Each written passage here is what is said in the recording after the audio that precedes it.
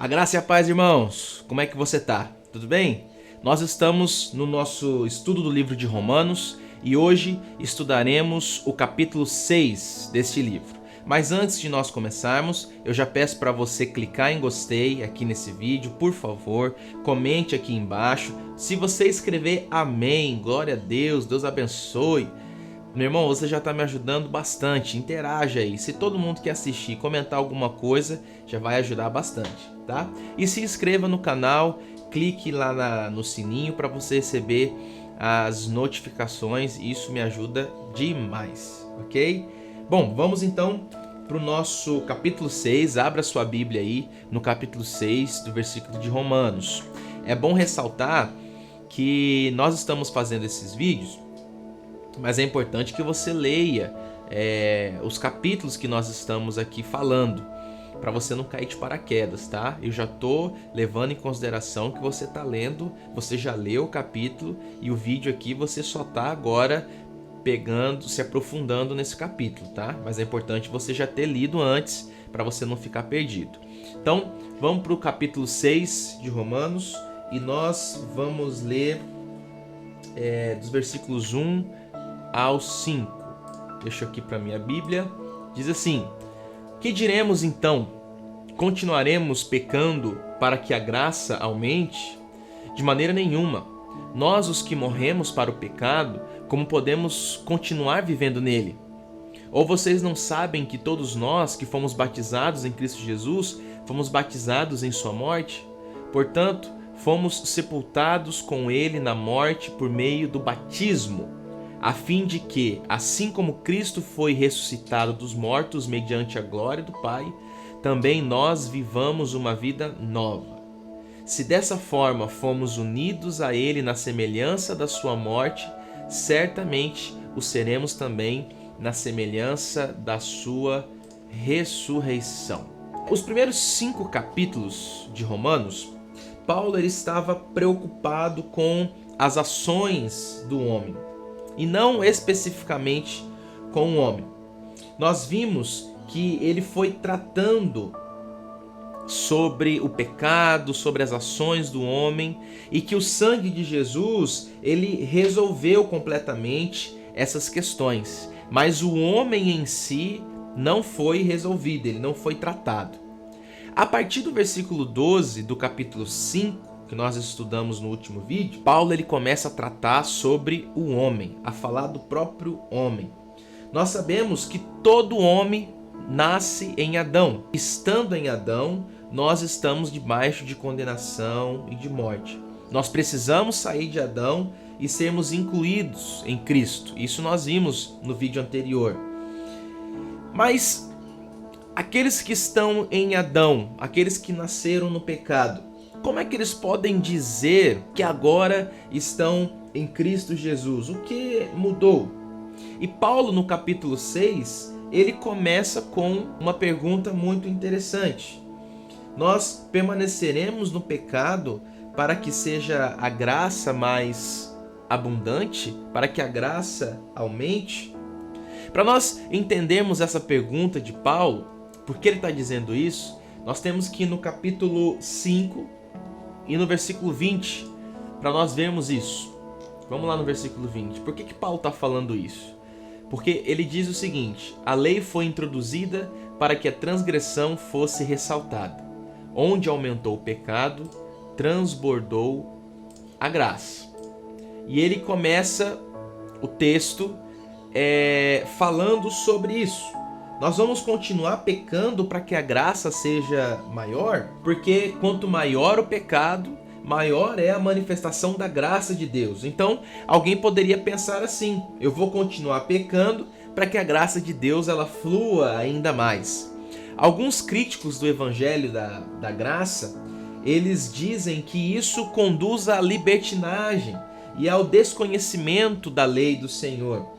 Eles dizem que se eles souberem disso, se Deus justifica o ímpio, então não há vantagem nenhuma de ter uma vida correta e enfim. Mas Paulo ele responde de uma forma muito clara: como nós permaneceremos no pecado se nós morremos para o pecado? Nós fomos identificados com Cristo na sua morte e na sua ressurreição pelo batismo. Deus, ele não quer apenas perdoar as pessoas, mas ele quer ter filhos que tenham a sua natureza. Ele não quer apenas lavar os porcos e ter um céu cheio de porcos lavados, mas ele deseja que esses porcos pecadores, que somos nós, que éramos nós, ele quer transformar em cordeiros, em filhos com a sua natureza. Esse é o desejo de Deus. E como nós mudamos a nossa natureza? É necessário morrer e nascer de novo. Por isso o Senhor morreu e ressuscitou, e nós fomos incluídos nessa morte, e nós ressurgimos através da ressurreição do Senhor como Filho de Deus. E aí do versículo 5, do 1 ao 5 que nós lemos, Paulo também diz que nós fomos batizados no Senhor Jesus, em Cristo Jesus. Embora nós tenhamos nascido em Adão, nós fomos batizados em Cristo. Ou seja, nós fomos inseridos no Senhor Jesus. Esse batismo não é uma mera cerimônia, mas é uma experiência completamente espiritual. Quando nós somos batizados, nós somos transferidos de Adão para o Senhor Jesus Cristo. Nós fomos transferidos do império das trevas para a maravilhosa luz do Senhor, para o reino de luz que é do nosso Deus. E a morte de Cristo tornou a nossa morte também. Quando nós entramos nas águas do batismo, nós estamos morrendo para o pecado, para o mundo, para o diabo. E isso somente é possível porque o Senhor Jesus morreu. E essa morte, ela torna-se a nossa morte também. Mas em que sentido nós morremos? Você pode estar se perguntando. Essa morte não significa que nós viramos defuntos para o pecado e que agora nós somos insensíveis ao pecado e diferentes e que nada mais nos atinge, que nós somos agora super santos e... Não é nada disso. Vamos lá no verso 6, que nós vamos entender melhor. Versículo 6 diz: Pois sabemos que o nosso velho homem foi crucificado com ele, para que o corpo do pecado seja destruído e não mais sejamos escravos do pecado. Esse velho homem aqui que o texto está dizendo é aquilo que nós éramos antes da nossa conversão, é o nosso antigo eu, é aquela pessoa que gostava de pecar. E esse velho homem, ele morreu um dia, quando nós cremos no Senhor e recebemos o batismo. O corpo do pecado é a natureza pecaminosa que nós tínhamos, que nós herdamos de Adão. Apesar do texto ter dito que esse corpo ele foi destruído, a palavra que seria mais correta na tradução não é destruído, porque o diabo ele ainda não foi destruído. O diabo existe ainda, ele está por aí. Assim como a nossa natureza terrena também ela não foi destruída. Podemos então trocar esse termo para amortecido ou neutralizado. Então, o melhor termo a dizer é: o corpo do pecado ele foi neutralizado. Ele foi neutralizado. Então, assim, aquele que era escravo do pecado, o velho homem, ele morreu. E o novo homem não precisa mais viver na prática do pecado, porque nós não somos mais escravos do pecado. Mas isso não significa que seja impossível voltar a pecar. Nós podemos voltar a pecar. Por isso que eu disse que o melhor termo não é destruído, mas neutralizado. O nosso velho homem ele está lá, neutralizado. Ele está lá, paradinho. Mas se nós quisermos, nós podemos voltar a pecar. Se nós escolhermos, você e eu podemos voltar a pecar. Mas devemos sempre lembrar da aliança que temos com Deus e desejarmos continuar livres pela graça. O pecado ele pode vir nos tentar, mas nós lembramos que somos livres. Assim como a morte do Senhor ela é nossa morte, a ressurreição do Senhor Jesus também é a nossa ressurreição. No versículo 7, nós vemos que pois quem morreu foi justificado do pecado. 8. Ora, se morremos com Cristo, cremos que também com Ele viveremos. Glória a Deus. Aqui está dizendo que a morte é o pagamento, é a punição do pecado. Então, a justificação, ela afeta todo o nosso ser e nos faz livres, não apenas da condenação, mas também do poder do pecado. Se nós morremos com Cristo, morremos para o pecado, então nós estamos livres. E existe o caminho da vitória, que é o caminho de cruz. A cruz põe fim à nossa velha criação. É através da morte que o novo homem em Cristo ressurge e aparece. É verdade que quando nós dizemos que nós somos libertos completamente do poder do pecado, mas quando nós ouvimos isso, parece que isso não é prático ainda nas nossas vidas, né? Mas se eu sou liberto, por que ainda eu peco? Ou se eu sou liberto, porque muitas coisas ainda acontecem? Mas Paulo ele fala para nós que para que isso se torne realidade, existem algumas condições. Entenda, nós já fomos libertos posicionalmente pelo Senhor. Já está disponível para nós. Mas precisamos atender a algumas condições para receber isso de fato. Primeiro, saber isso por revelação. Segundo, considerar-se morto. Terceiro, oferecer-se a Deus. E quarto, andar no Espírito. Eu vou explicar um por um aqui rapidamente. Dos versículos 6 ao 8. Vamos ler lá? Versículo 6 ao 8 diz: Pois sabemos que o nosso velho homem foi crucificado com ele, para que o corpo do pecado seja destruído e não mais sejamos escravos do pecado. Pois quem morreu foi justificado do pecado. Ora, se morremos com Cristo, cremos que também com ele viveremos. O que é saber por revelação? Saber por revelação é saber no Espírito, não é apenas na mente ou na alma. A Bíblia diz que Cristo morreu por nós e também diz que nós morremos com Ele. O perdão e a libertação nos foram concedidos na mesma cruz. Nós precisamos ter revelação dessas verdades. Precisamos entender com o Espírito de que não adianta saber apenas só com a mente, mas ter os olhos abertos do nosso coração para ver o que temos em Cristo Jesus. Como é que você ficou sabendo que os seus pecados foram perdoados?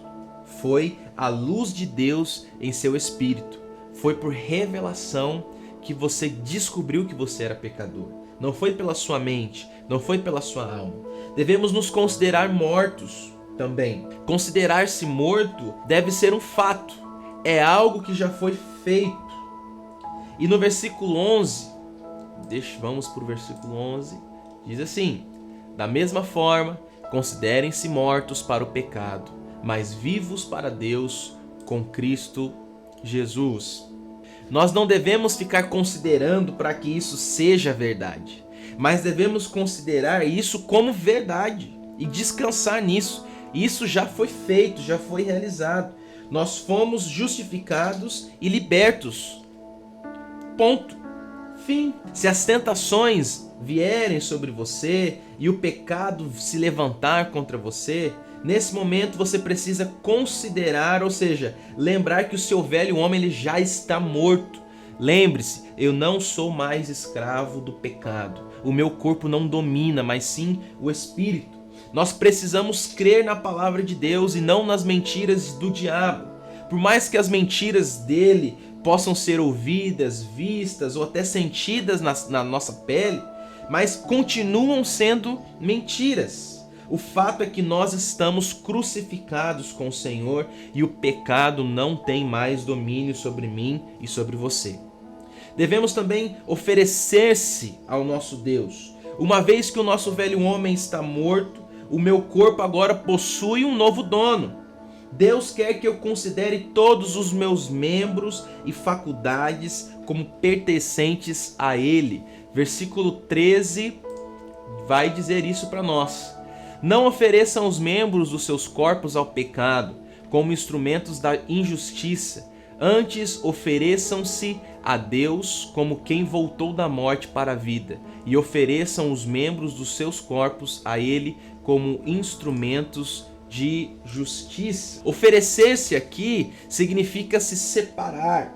O sentido básico da santificação é a separação. Quando eu me separo para algo exclusivo de Deus, eu estou me santificando. E devemos andar no Espírito. Nós veremos melhor sobre esse tópico, sobre andar em Espírito, no capítulo 8. Mas entenda, tudo isso que nós estamos dizendo até aqui só pode ser uma realidade pelo Espírito Santo em nós. Nós estamos sujeitos a duas leis: a lei do Espírito e a lei do pecado. Existem essas duas leis que estão sobre nós. A lei do pecado é como se fosse a lei da gravidade. Não tem como você escapar da gravidade. Se você subir num prédio e pular dele, você vai cair lá embaixo. É a gravidade te puxando. É a mesma coisa o pecado. O pecado está aí. Se você decidir fazer, você irá fazer. Mas também existe uma outra lei, que é a lei da propulsão. Essa lei é a lei do Espírito. Então, entenda, enquanto a gravidade está aí nos puxando para baixo, se nós estivermos num avião, a gravidade ela não pode nos deter, porque nós estamos no avião, estamos na lei da propulsão. Por mais que a gravidade esteja ali, o avião está nos protegendo. Se você escolher pular do avião, ok, você vai se esborrachar lá embaixo. Mas enquanto estivermos no avião, estamos protegidos. Cristo é esse avião onde nós fomos colocados. Ele voa numa lei superior. Se nós permanecemos nele, nós vencemos a lei da gravidade. Nós vencemos a lei do pecado. Mas se nós sairmos dele, então nós caímos lá embaixo e nos esborrachamos e pecamos novamente. A verdadeira vitória, vamos ali no versículo 14, diz assim: pois o pecado não os dominará, porque vocês não estão debaixo da lei, mas debaixo da graça. Enquanto a lei diz faça para você merecer, a graça diz eu faço por você. A verdadeira vitória, ela não é conquistada, mas ela é nos dada gratuitamente por meio da graça do Senhor Jesus. Nós vencemos o pecado da mesma forma que recebemos a salvação. Como é que você recebeu a salvação? Foi fazendo alguma coisa? Não. Você recebeu simplesmente porque você creu, porque você teve fé no Senhor Jesus. E a nossa vitória, a verdadeira vitória, também é assim. É através da fé. Nós somos santificados pela fé. Nós somos, mediante a graça, justificados. E é mediante a fé também que nós podemos vencer o pecado. A ordem do Senhor é muito clara para nós. Da mesma forma que vocês receberam a Cristo, vocês devem andar assim. Você está gostando? Você gostou desse vídeo? Então clique em gostei, por favor. Comente aqui embaixo, se inscreva no canal. Espero que você, assim como eu, esteja crescendo mais nas Escrituras, conhecendo mais a Palavra de Deus, se interessando mais na Palavra de Deus. Esse é o meu objetivo, é que você cresça na Palavra do Senhor. Então compartilhe esse link com todos os seus contatos e eu te espero até o próximo vídeo. Valeu!